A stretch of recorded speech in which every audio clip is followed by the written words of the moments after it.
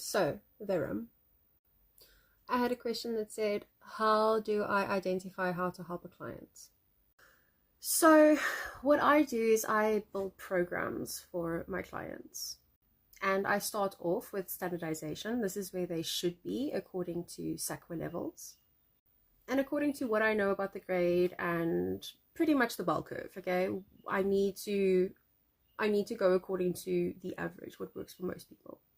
But then over the course of 6 months, I then let the child play out. I let them do what they need to do. I give them advice, try this, try that, go here, go there. I see how they work. I see what level of intelligence they're at. I see what type of methods that they use. And then thereafter, I then go in and I say, okay, cool, like these are your problem areas. This is what you're good at. This is what you suck at. This is what we should focus on. And then we continue aligning the child to the goals of the family, their future, their career choices.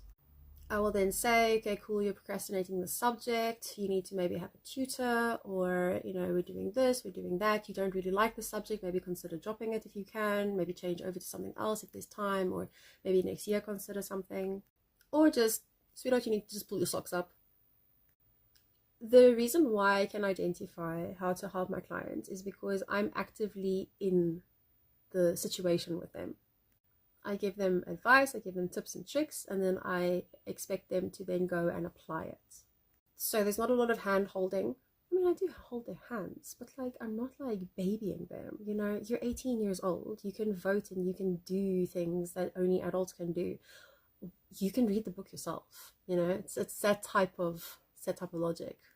But if a child comes to me and says to me, look here, can you read the book with me? Super chilled, because I've allowed them to request something from me, and then we can negotiate and see if it's something that I can fulfill, if it's something that they need to do themselves, or if they can maybe source it from someone else.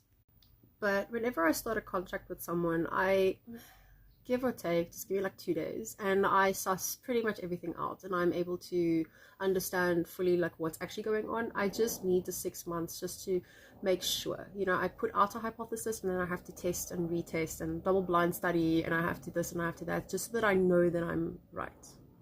Very bad things can happen if you rush a process. If someone's not ready for something, maybe you shouldn't do it.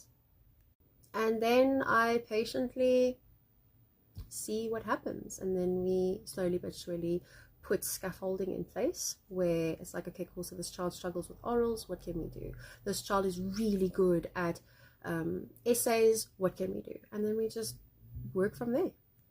But I'll explain more as I go.